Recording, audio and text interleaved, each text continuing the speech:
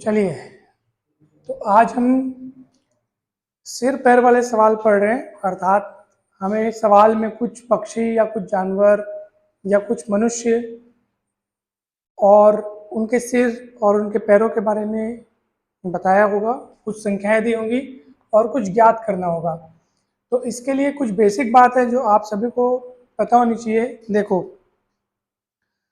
चाहे मनुष्य हो या पक्षी हो या जानवर हो, कोई भी, सिर सबका एक होता है, ठीक है। पैरों की संख्या सबकी अलग अलग होती है। मनुष्य के होते हैं 2 पैर, पक्षी के भी 2 पैर होते हैं, लेकिन जानवर के 4 पैर होते हैं। तो इन बातों को आपको ध्यान रखना है। जैसे कहीं मान लीजिए 5 जानवर टहल रहे हैं, मान लो, कितने जानवर? तो जानवर बोलने से समझ जाओ एक एक जानवर के 4 4 पैर हैं। तो बताओ, अगर 5 जानवर टहल रहे हैं तो टोटल पैर कितने हो गए? 20 पैर। तो आपको ये याद रखना है कि अगर मेरे को जानवर की संख्या दी है और कुल पैर अगर पता करना हो तो 4 से गुणा करना है, क्योंकि एक जानवर का 4 पैर होता है। अगर मान लो आकाश में मान लो 15 पक्षी उड़ रहे हैं, ठीक है, तो टोटल पैर कितने हुए बताओ? 30। कैसे पता चला? एक पक्षी का 2 पैर होता है। तो पक्षियों की अगर संख्या आपको पता है और पक्षियों के कुल पैर पता करना हो तो 2 से गुणा करना है। यानी पक्षी वाले मामले में 2 से गुणा और जानवर वाले मामले में 4 से गुणा और मनुष्य में 2 से गुणा, क्योंकि एक मनुष्य का 2 पैर होता है। सिर सबका एक होता है, ठीक है। तो ये वाला बात आप याद रखना, फिर सारे सवाल बन जाएंगे। वैसे तो इन सवालों को बनाने की 2 3 विधियां हैं, तो हम सूत्र विधि भी देखेंगे, पहले जनरल मेथड देखेंगे ताकि आपको अच्छे से समझ में आए, ठीक है। तो पहला सवाल क्या लिखा है? एक बाग में कुछ तोते और कुछ बाघ हैं, ठीक है। ये बाग मतलब बगीचा और ये बाघ जानवर है, ठीक है। हाँ, यदि इनके कुल पैर 34 92 और कुल सिर 17 16 हो तो तोतों की संख्या बताइए। तो चलिए अपन मान लेते हैं कि तोतों की संख्या आपने को पूछा है, तो अपन मान लो कि तोतों की संख्या x है, ठीक है। तोते x है और बाघ की संख्या को क्या मान लो आप? y। दोनों मान लेते हैं। पहले अपन जो इसका जनरल और बेसिक मेथड है ना, जिस मेथड से ये जनरली सॉल्व होता है, पहले उससे करेंगे, फिर अपन ट्रिक्स या सूत्र विधि देखेंगे, ठीक है। तो चलो, तोतों की संख्या आपने x मान ली और बाघ की संख्या आपने y मान ली। अब कुल पैर कितने हैं? 34 92 कुल पैर, दोनों के टोटल पैर मिला करके। तोतों की संख्या अगर x है तो तोतों के कुल पैर हो जाएंगे 2x, क्योंकि एक तोते का 2 पैर, तो x तोते के 2x पैर। समझ में आ रहा है? तोतों की संख्या x है तो x तोतों के 2x पैर हो जाएंगे। बाघों की संख्या y है, एक बाघ का 4 पैर, तो y ठोक बाघ है, y ठोक बाघ, तो उसके कितने पैर हो जाएंगे? 4y। 4 से गुणा करना पड़ेगा, बाघों की संख्या में आपको 4 से गुणा करना पड़ेगा, तो बाघों के कुल पैर मिलेंगे। और तोतों की संख्या में आपको 2 से गुणा करना पड़ेगा, तो तोतों के कुल पैर मिलेंगे। और दोनों को मिला के टोटल पैर है 34 92। इसको समीकरण नंबर 1 दे दो। और कुल सिर 17 16, तो जितने तोते उतने तोतों के टोटल सिर उतने ही होंगे ना भाई। एक तोते का एक सिर होगा और बाघ, अगर बाघों की संख्या अगर y है तो बाघों के कुल सिरों की संख्या y होगी और तोतों और बाघ को टोटल मिलाकर के कुल सिरों की संख्या x + 5 होगी। और प्रश्नानुसार ये संख्या कितनी है? 17 16। Equation number 2। तो ये इक्वेशन सजाने में अगर आपको परीक्षा में ये प्रश्न आता है तो कोई ज्यादा समय लगेगा नहीं। अभी हम लोग समझ रहे हैं, करके एक एक करके लिख रहे हैं, आप समझ जाएंगे, तुरंत इक्वेशन बनाएंगे, तुरंत सॉल्व करो, तुरंत आंसर आएगा आपका। अब इन दोनों इक्वेशन को सॉल्व करना है, तो कैसे सॉल्व करेंगे? देखो, बहुत ही सरल है इनको सॉल्व करना। आप किसी एक को गायब करने की कोशिश करो। हमारे पास यहाँ पर 2 वेरिएबल्स दिख रहे हैं, वेरिएबल्स अर्थात चर, चर अर्थात अज्ञात राशियां। एक्स और वाई यहाँ पे अज्ञात राशियां हैं जिनको अपने को ज्ञात करना है, एक्स और वाई। हल करने के लिए सबसे सरल काम यह है कि किसी एक को गायब करो, जिसको गायब करना आपको सरल लगे। मुझे तो, हाँ सुनो ना, यहाँ से 2 को कॉमन ले लो तो 2 कॉमन निकल जाएगा और ये x हो जाएगा, और फिर इसे घटा देंगे तो x x कट जाएगा। ये पहला अच्छा काम है, आप ये कर सकते हो। दूसरा अच्छा काम क्या है कि सर यहाँ 2x है, यहाँ सिर्फ x है। सोचो अगर यहाँ पे भी 2 होता तो फिर घटाने पर 2x कट जाता। तो आप इस समीकरण में दोनों तरफ 2 का गुणा भी कर सकते हो, आप ये वाला कार्य भी कर सकते हो, दोनों काम सही है, दोनों से आपका आंसर आएगा। तो अगर मैं समीकरण 1 से अगर ये देखूं 2 कॉमन निकाल के, तो क्या मिलेगा बताओ मुझे?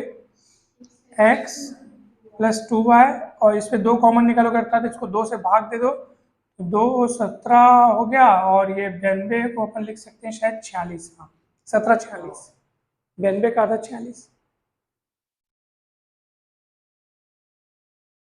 ठीक है। तो ये समीकरण 1 से आया। समीकरण 2 को पुनः मैं नीचे उतार देता हूं, ये 17 16 हो गया, फटाक से घटा दो, x x कट जाएगा, 2y में से सिंगल y जाएगा तो y बचेगा, 17 46 में 17 16 जाएगा तो 30 बचेगा मात्र। y की संख्या आ गई। y किसको माने थे आप? बाघ को माने थे, ठीक है। तो अपने को क्या ज्ञात करना है? तोतों की संख्या ज्ञात करनी है, तो कठिन काम नहीं है, तुरंत ज्ञात कर सकते हो। तो तोते कितने आ जाएंगे? x प्लस वाई बराबर 17 16 है ना भैया। x प्लस वाई बराबर कितना है? 17 16। आप 30 रख दो y का मान, तो x का मान 17 16 माइनस 30, दैट इज 16 86।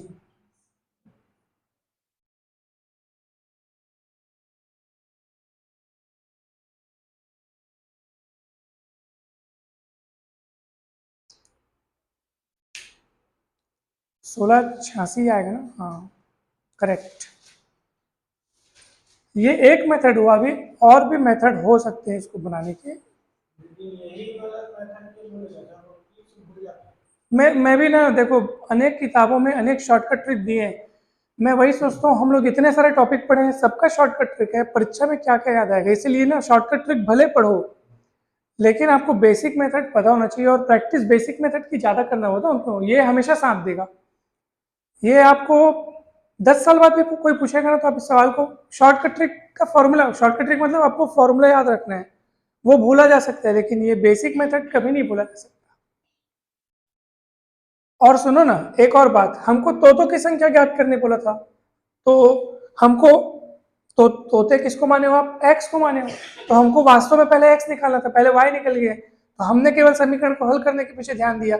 आप डायरेक्ट यहाँ से y का मान, मतलब y को गायब कर सकते थे x का मान निकालने के लिए, डायरेक्ट ये काम कर सकते थे। कैसे कर सकते थे? जैसे मेरे को देखो भाई, बाघ की संख्या मैंने कितना माना? y, मेरे को तो बाघ निकालना ही नहीं है, मेरे को तो तोता निकालना है, तोतों की संख्या निकालनी है, तो y को गायब करना था। तो मैं y को गायब करने के लिए फटाक से 4 का गुणा कर देता, इसमें 4x हो जाता, 4y हो जाता। क्यों ऐसा 4 का गुणा कर रहा हूँ? क्योंकि ऊपर 4y है। y को गायब करने के लिए ये देखो कि दोनों समीकरणों में y का जो गुणांक है, वो गुणांक मतलब जो सामने में लिखा हुआ है संख्या, उसको गुणांक बोलेंगे। तो y को गायब करने के, जैसे x को गायब करने के लिए x का गुणांक बराबर किया गया, वैसे y को गायब करने के लिए y का गुणांक बराबर कर सकते हो आप। कैसे कर सकते हो? एक समीकरण में जिसमें ज्यादा, देखो यहाँ पे गुणांक 1 है, यहाँ पे 4 है, यहाँ ज्यादा है, मैं इसको 4 बना सकता हूँ। कैसे बना सकता हूँ? दोनों में 4 का गुणा करके, फटाक से गुणा कर दो, फिर फटाक से माइनस कर दो, y का नामो निशान खत्म, डायरेक्ट x निकल जाएगा। तो आप ऐसा भी कर सकते थे, ठीक है। बल्कि वैसा ही ज्यादा सही था, क्योंकि इससे अपने को डायरेक्ट x का मान निकलता। ट्रिक वाले विधि में आपको एक सूत्र याद रखना है, जो मैं आपको बता रहा हूं, वो आपको बहुत काम आएगा। 4 पैर वाले, लिख लो इस फॉर्मूले को, 4 पैर वाले जानवरों की संख्या बराबर कुल पैरों की संख्या बटे 2 माइनस कुल सिरों की संख्या। ये फॉर्मूला आपको याद रखना है, ठीक है। देखो सिंपल सी बात है ना, ये कुल सिर दिया है, कुल सिर मतलब दोनों के सिर शामिल है, सिर मतलब जितने सिर उतनी संख्या। तो पहले आप 4 पैर वाले जानवरों की संख्या निकाल लो, माइनस कर देना ना, आपको 2 पैर वाले पक्षियों की संख्या पता चल जाएगी। देखो 4 पैर वाले जानवरों की संख्या, अर्थात 4 पैर वाला यहाँ जानवर कौन है? बाघ है। तो बाघों की संख्या पहले जल्दी से निकाल लो। कुल पैर कितने हैं बताओ? कुल पैर यहाँ 34 92 है, तो कुल पैरों की संख्या आप 34 92 रखो, बटे 2 लिखो, माइनस कुल सिरों की संख्या 17 16, एकदम जल्दी से इनको माइनस कर लो, ठीक है। देखो 34 92 माइनस 2 गुणित करेंगे तो 34 32 बटे 2, ठीक है। मेरे ख्याल से ये 60 आएगा, 60 बटे 2 करेंगे 30 आएगा।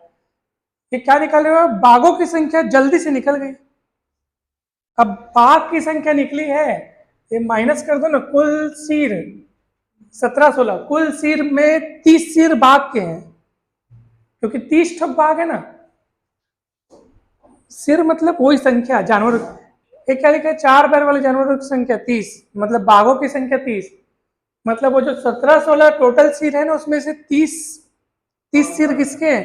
30 सिर बाघ के हैं, क्योंकि जितनी बाघों की संख्या होगी ना, उतने ही बाघों के सिर भी होंगे ना भाई, एक बाघ का एक सिर होता है, तो 17 16 सिर में से 30 सिर बाघ के हैं। नहीं समझ में आया क्या? तो घटाओगे तो 16 86 सिर, 16 86 बचेगा, और वो 16 86 सिर किसके होंगे? तोते के, अर्थात 16 86 तोते होंगे। हाँ ऐसे भी कर सकते हो, क्योंकि तोते पूछा है ना, बाघ पूछा होता तो आपका यही आंसर होता ना। नहीं समझ में आगे ना, तो वो फॉर्मूला भी आप याद रखना, सेकंड ट्राई कीजिए, अब आपसे सब बन जाएगा। इस सवाल में कोई रखा नहीं है कुछ भी, बहुत सरल होते हैं ऐसे सवाल। हाँ जी 60, ऐसा क्या? चलो मैं देखता हूँ, हाँ चलो चौथा भी बन गया, तीसरा देखो, सब ध्यान से देखेंगे। तीसरा भाई, भैंसों तथा बतखों के एक समूह में सिरों की संख्या के दोगुने से 48 अधिक पैर है, भैंसों की संख्या क्या है? तो अपन एक काम करते हैं, मान लेते हैं कि भैंसों की संख्या है x और बत्तख, इसकी संख्या कितनी है? y। तो अब बताओ, सिर दोनों के एक एक होते हैं, तो कुल सिर कितने हो जाएंगे बताओ? x प्लस वाई, सिंपल है। कुल सिर कितने होंगे? x plus Y. कुल पैर कितने होंगे बताओ? चलो कुल पैर कितने होंगे? तो भैंस के 4 पैर तो 4x हो गए, बतख के 2 पैर तो 2y हो गए। इतना जमाने में क्या मतलब, इतना कठिनाई नहीं है कुछ भी। प्रश्न को भले पूरा अच्छे से मत पढ़ो, बाद में पढ़ो, लेकिन ये दो काम तो आप कर सकते हो। भैंस और बतख की बात बोली गई है, तो भैंस की संख्या x मान लो, बतख की संख्या y मान लो। ये काम तो आप ना प्रश्न की पहली लाइन को देख के ही पढ़ सकते हो। हाँ भाई, कौन कौन सा किसके किसके बारे में बोला गया है? भैंस और बतख के बारे में बोला गया है। इन दोनों के अलावा और कोई है क्या? नहीं है, ना तो आदमी है, ना कोई पक्षी, ना कोई जानवर, इन दोनों के अलावा और कुछ नहीं है। तो भैंस की संख्या x मान लो, बतख की संख्या y मान लो, कुल सिर हो गए दोनों का योग x प्लस वाई, क्योंकि जितने प्राणी उतने सिर। और कुल पैर हो गए, तो भैंस के 4 पैर होते हैं, तो भैंसों के टोटल पैर 4x, और बतख के 2 पैर होते हैं, तो बतख के टोटल पैर 2y, इसलिए टोटल पैर, दोनों के टोटल पैर जानने के लिए अपन दोनों को जोड़ दिए।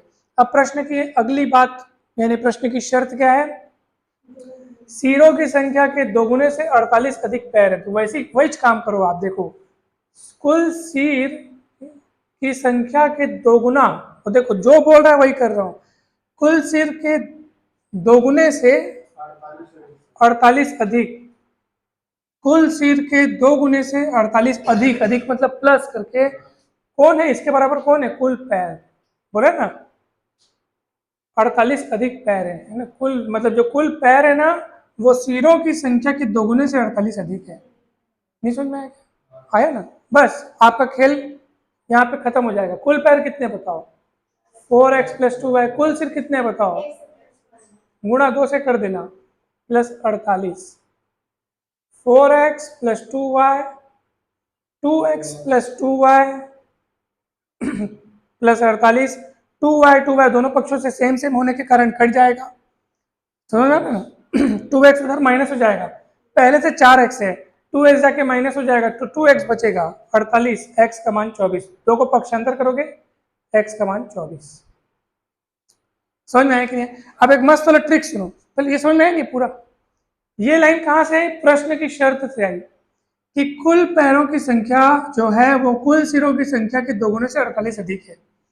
48 अधिक बोलने के बजाय अगर 58 अधिक है बोलता तो क्या करते?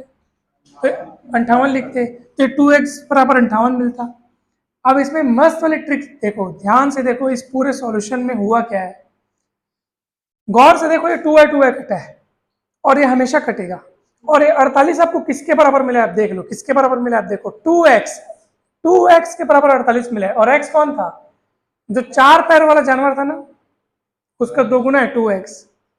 तो अब आप बोलोगे सर हमको ट्रिक क्या याद रखनी है, ट्रिक ये याद रखनी है कि इस टाइप का कोई भी सवाल आएगा जिसमें आपको बोलेगा कि पैरों की संख्या जो है वो सिरों की संख्या के 2 गुने से इतना अधिक है, तो समझो जितना अधिक है उसी का आधा करने पर आपको 4 पैर वाले जानवर की संख्या मिला है।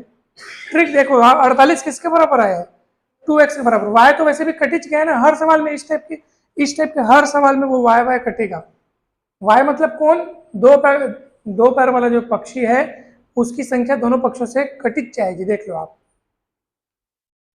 तो 2x बचेगा और 2x बराबर 48 हो तो x बराबर 24 हो जाएगा। अगर वो 58 दे रहे थे तो 29 आ जाता, आधा जो भी है उसका आधा आ जाएगा। नहीं समझ में आ गया। तो ये सिर पैर वाला था, एक आध दो बनाओगे तो और बना सकते हो, नहीं तो अपन आगे बढ़ सकते हो। ऊपर वाला